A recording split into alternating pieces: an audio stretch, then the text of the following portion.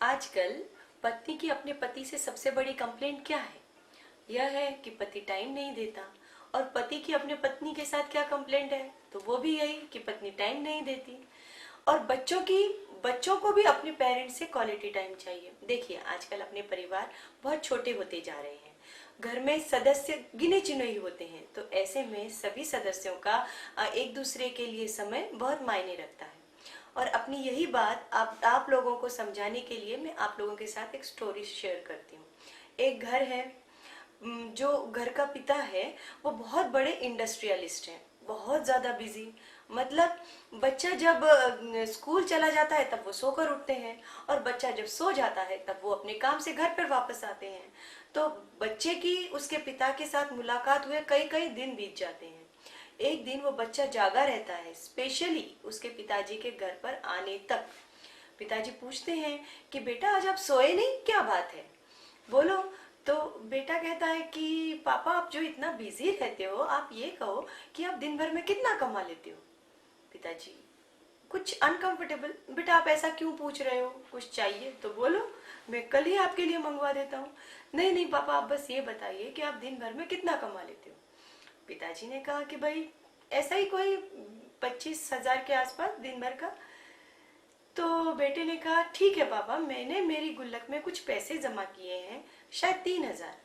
तो क्या आप ये पैसे लेके मेरे साथ 2 घंटे गार्डन में खेलने चलेंगे? सोचिए, सोचिए वो वक्त, मतलब उस वक्त पिता ने क्या महसूस किया होगा, उसे कैसे लगा होगा अपने बच्चे के मुंह से ये बात सुनकर। जी हाँ, यही बात और यही सच्चाई है, कुछ बच्चे बोल देते हैं और कुछ बच्चे नहीं बोल पाते। मैं आप लोगों से पूछती हूँ, आपको आपके बचपन की कौन सी बातें याद हैं?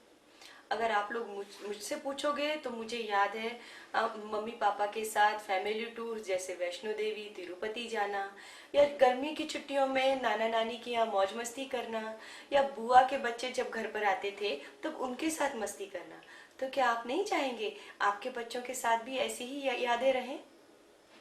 तो बच्चों को समय देने के फायदे क्या क्या होते हैं? अगर आप बच्चों के साथ हैं तो आप उनके खाने पीने पे ध्यान देंगे, उनके हेल्थ के ऊपर ध्यान देंगे। दूसरा, आप अगर साथ में हैं तो आप उसकी पढ़ाई अच्छे से लेंगे, आप उसका असेसमेंट स्कूल में बराबर हो रहा है कि नहीं ये आपको पता होगा। तीसरा, आप बच्चों का इमोशनली डेवलपमेंट होगा, मतलब कि जैसे आप साथ में रहेंगे तो बच्चे इमोशनली सिक्योर फील करेंगे, आप उनको अपने बिहेव से समझा सकेंगे कि भाई इमोशनल जो अप्स एंड डाउन्स आते हैं उन्हें कैसे मैनेज करना है। चौथा, आप बच्चों के साथ रहने की वजह से बच्चों की मॉरल वैल्यूज बढ़ेंगी। तो बच्चों में ये जो गलत आदतें हैं, जैसे झूठ बोलना, या फिर कोई चीज कहीं की भी उठा लेना बगैर पूछे, या फिर खाना खाने से पहले हाथ न धोना, तो ये गंदी आदतें लगने के चांसेस कम रहेंगे। एक बार हमारे पूर्व प्रधानमंत्री मनमोहन सिंह जी से पूछा गया कि आपका इतना जीके कैसे डेवलप हुआ। तो उन्होंने कहा, बचपन में मेरे पिताजी मुझे जीके की या कोई भी जानकारी बस देते ही रहते थे, मुझे कोई ना कोई बात हमेशा बताते ही रहते थे। तो इसकी वजह से मेरा इंटरेस्ट डेवलप हुआ और मेरा जीके भी बढ़ा। कई बार हमें काउंसलिंग के दौरान क्लिनिक में पेरेंट्स से कहना पड़ता है कि भाई आप इस बच्चों को, अपने बच्चे को कम समय दे पा रहे हैं। तो ये पेरेंट्स हमसे कहते हैं कि नहीं, हम तो पूरा समय देते हैं, हम बच्चे को ट्यूशन लेकर जाते हैं, ट्यूशन से लेकर आते हैं, साथ में टीवी देखते हैं। और कुछ लोग तो कहते हैं कि भाई हमारे माँ बाप ने हमें कौन सा टाइम दिया, फिर भी हम तो सक्सेसफुल हैं। नहीं, ये रियल टाइम देने जैसा नहीं है, ये तो एक पॉलिश जैसा काम हो गया कि भाई जो चेक लिस्ट लेकर आता है कि काम हुआ कि नहीं, ये काम किया कि नहीं, बस। तो मैं उन मॉडर्न पेरेंट्स से कहना चाहूंगी कि उस वक्त भले ही आपके माता पिता आपको कम समय देते हो, लेकिन आपके दादा दादी, आपके चाचा चाची आपको पूरा समय देते थे, आपके साथ खेलते थे, कहानियां सुनाते थे, आपके साथ आपकी पढ़ाई का भी ध्यान देते थे। लेकिन आजकल आजकल तो परिवार छोटे हो रहे हैं, तो उस समय के दादा दादी का रोल भी पेरेंट्स को ही निभाना है। मैं आप लोगों से पूछती हूँ कि आप में से कितने लोगों ने अपने बच्चों से पूछा है कि बच्चों, आज आपने क्या स्कूल में क्या मस्ती की, आपके दोस्त ने टिफिन में क्या लाया था, या आज स्कूल में टीचर ने किसको गुस्सा किया। देखिए, अगर आप ऐसा करते हैं ना, तो बच्चों के साथ आपका एक रैपो तो जुड़ेगा ही, लेकिन आपको खुद को भी बहुत मजा आएगा, आपको अपना बचपन याद आएगा, आप भी उस चीज को एंजॉय करेंगे।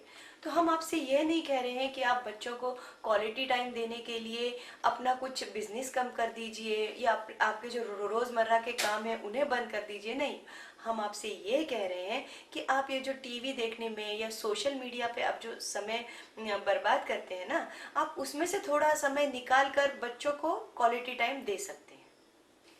क्वालिटी टाइम का मतलब है कि आप बच्चों के साथ दिन का आधा घंटा आइसक्रीम खाने जाइए, बच्चों के साथ गप्पे कीजिए, हो सके तो बच्चों के साथ खेलिए और वह सब कुछ कीजिए जो पढ़ाई से हटकर हो सके तो सब लोग घर के सभी सदस्य मिलकर साथ में खाना खाइए ताकि साथ में डिस्कशन हो सके।